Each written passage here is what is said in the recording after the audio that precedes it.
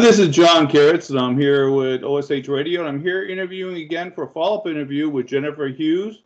And you're running for mayor of Camden. Yes. And since last we talked, maybe you could tell us how things have progressed or how things are changing and how the outlook is looking for you. Yeah, thanks for having me today. So we're about seven weeks out now. Actually probably getting closer to 6 weeks out now. So it's very interesting being on the tail end, of a first campaign. It's been a very interesting experience all along. And as you know, I'm running independent too, so it's been very interesting. Is it a very interesting I think you said to me now you understand why they call it running. I do. I never did know. I was like, what an interesting term to call it, a campaign run. I just thought it was strange, and I'm like, oh yes, I do see what they mean.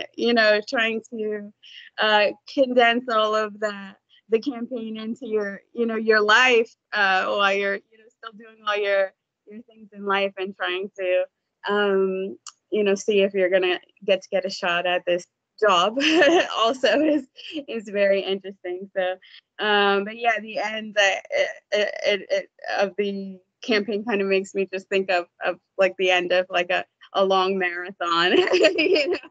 Like woo, so many peaks throughout the whole thing.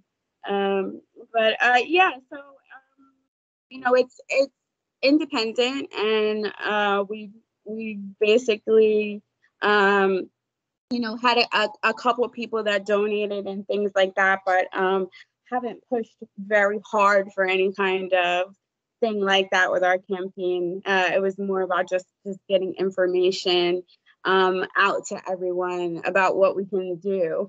So without doing a whole lot of hard fundraising and things like that, we've just been kind of doing what we can do.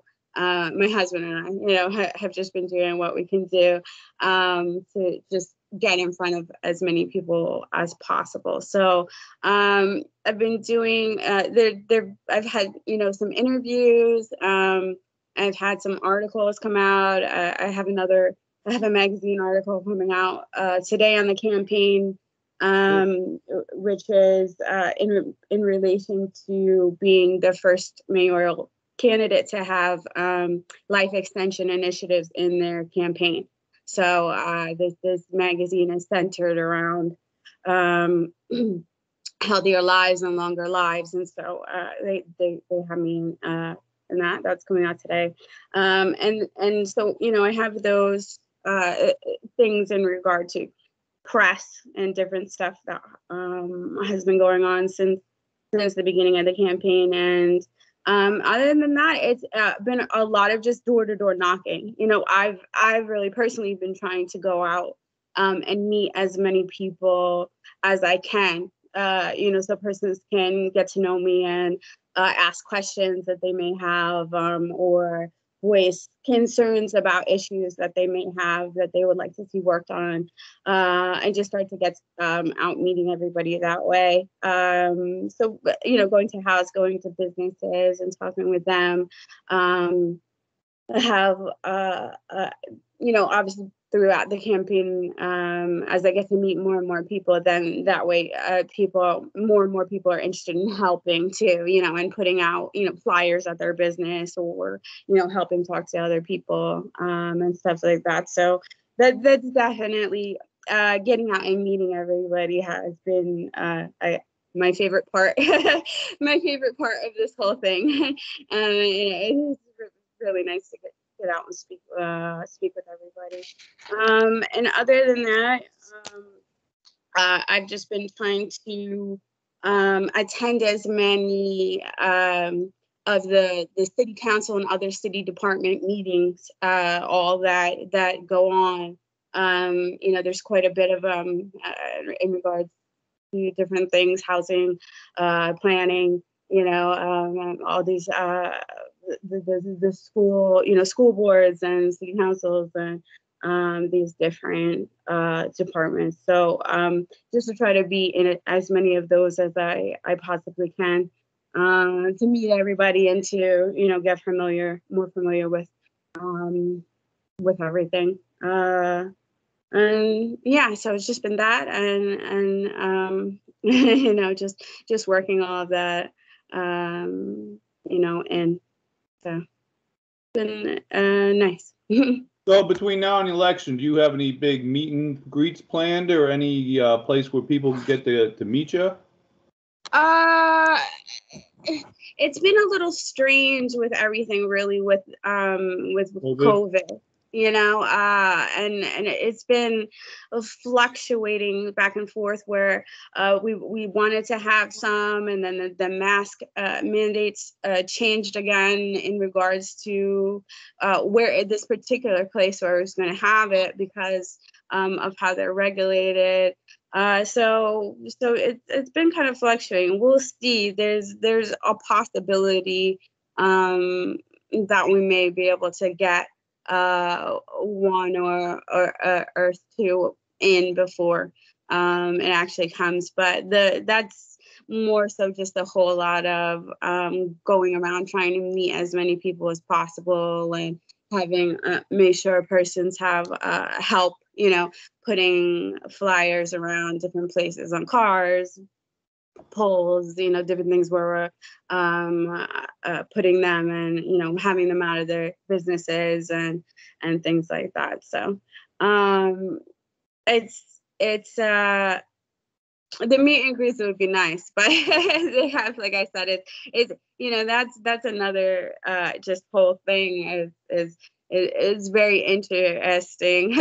I'll keep using the word interesting, but for anyone, I think that would be campaigning in a global pandemic, the likes of which we've never seen, let alone your first campaign. But I think it's interesting, probably for any campaign, and just with the different things changing. But we'll see. It's a possibility. But now a lot of people are pretty familiar with me walking around the city, and being different places, and they can see me a lot too at different meetings, because now we can just call in through Zoom for all these different public meetings and stuff like that, instead of going to an actual place. So at least if you're doing that, at least they're still seeing your face, which is a good thing. Yeah. And hopefully, and like I said, meeting as many people one-on-one also as I can. And I'm at I've been at a lot of events, just from volunteering and things throughout the campaign, just helping with the nonprofits and stuff like that. So I've been at events where people have been able to meet me there and things like that, even though they weren't specifically tailored toward being like meet the candidate per se. Well, that's important. That's important. I think it might be more important for them to meet you doing something like that than maybe that they know that you're trying to do something, not that you're just doing it. So being active out there for people to see you is probably the most important thing you can be doing. Now, election day, are you guys going to be hitting the polls and be there yourselves? Are you going to travel around to try to hit different main election polls so they see you, or? That's not something I had thought of. Well, I often see that. Yeah, they have people standing right outside as you go in, handing out your flyers and your cards and greeting people, and might be something you might want to do. You and your husband can take turns being at different locations at different times. So in other words, you might be one place while he's one place, and then you could switch and go to different places. And yeah, and I have there's other people too helping as we go along. I was just using that as an example, yeah, but yeah. So I was run around as many they might be able to also, Huh? I said you yourself might want to run around as many places as possible so they actually see you. Yeah, no, I'm just thinking about what you're saying because I hadn't thought about it because I pretty much figured we would just be going as much as possible up until that day, and that No, the day. race doesn't stop. That's the what we used to say in wrestling. Third period, you got to put it. Yeah, That's yeah, your. that'd be that would be interesting to sway someone's opinion the very day of it, I guess. I think that's why they do it, because they know that there are people that are not always sure who to vote for. Or haven't And, been reached at all. right, and the fact that you might be nice to someone that day might be just the fact you smiled at them. Well, maybe they couldn't see you smile because you had a mask on, but you look kindly at them. Let me put it that way, or something. Might sway them when they get in there. Go, oh, I really wasn't sure who to pick, but oh, she was very nice to me. Boom. I mean, you would hope that they would vote for you because of what you represent, but we know that isn't always what people vote about. It isn't how it always goes. One thing I noticed from all the canvassing and personally, doing the canvassing versus just having others going out there doing it is a common thing that people noticed or mentioned was they were very interested that a candidate actually came to the door. The candidate So was you came actually yourself. there, yeah, in person.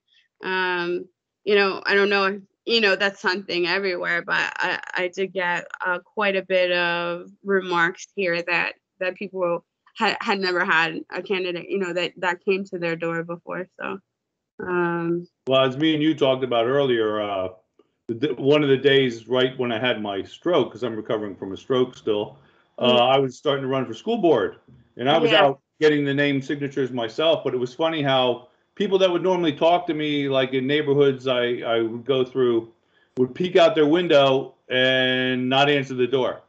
You had the opposite kind of reaction. It was funny because, like, me, and we usually talk, and I just saw you peek out the window, but you're pretending you're not home.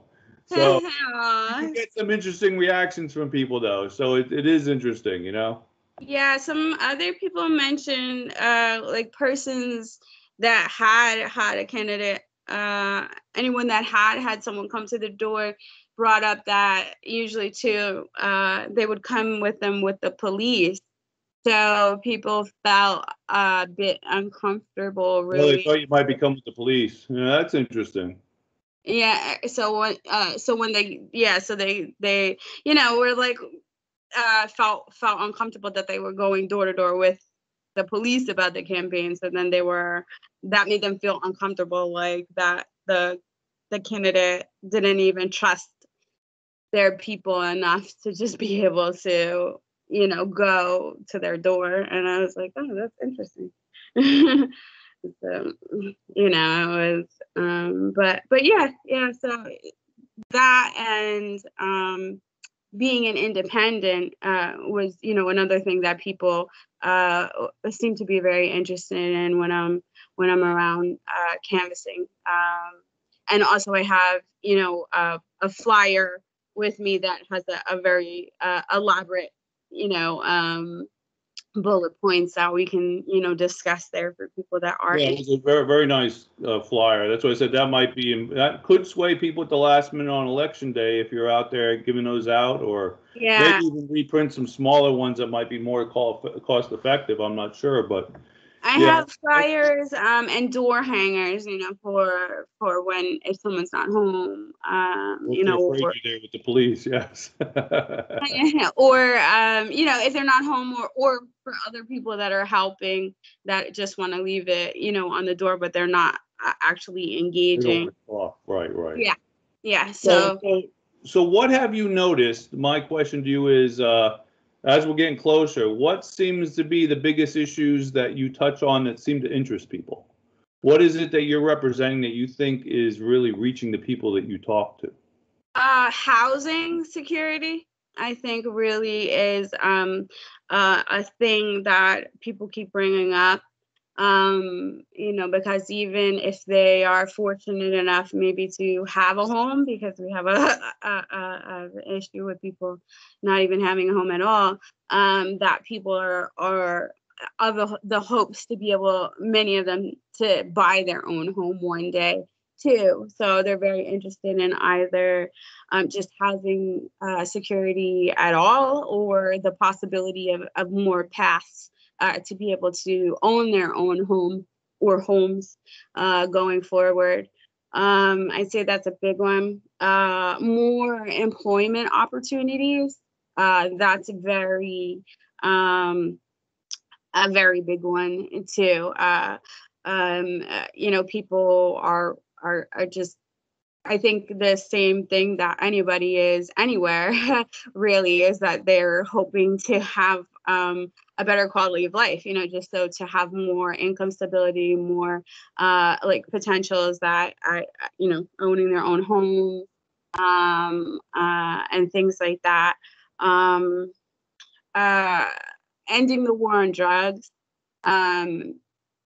everything that's involved with the war on drugs, it just the stigmas and the lack of access, the ability not to get as many jobs, things like that, and just all of these oppressions and fines and working against people instead of, really working with them. Those are probably the top, I'd say, ones so far.